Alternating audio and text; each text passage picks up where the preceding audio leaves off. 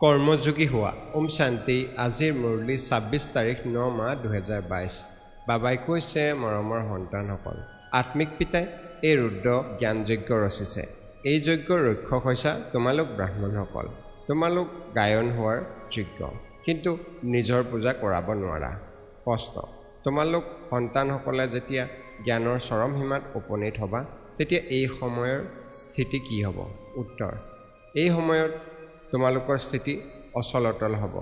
কোনো ধৰণৰ মায়া ধুমুহে অস্থিৰ কৰিব নোৱাৰিব। তোমালোকৰ কৰ্মাতীত অৱস্থা হৈ যাব।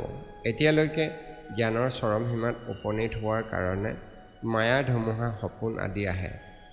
এতিয়া এই যুদ্ধক্ষেত্ৰত নতুন নতুন আশা জাগি গৈ থাকিব, কিন্তু তোমালোকে এইবোৰলৈ ভয় কৰিব নালাগে। পিতাৰ পৰা শ্ৰীমতলৈ আগবাঢ়ি গৈ থাকা।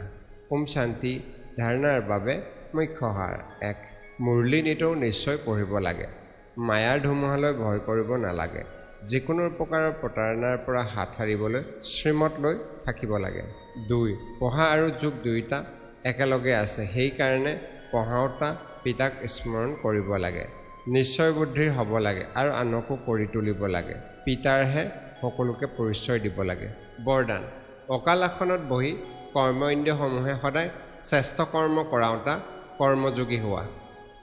শ্লোগান: পিতা ব্ৰহ্মাৰ স্নেহী তেওঁ হয়, যাৰ ব্ৰাহ্মণ সংস্কৃতিৰ প্ৰতি স্নেহ আছে। ওম শান্তি।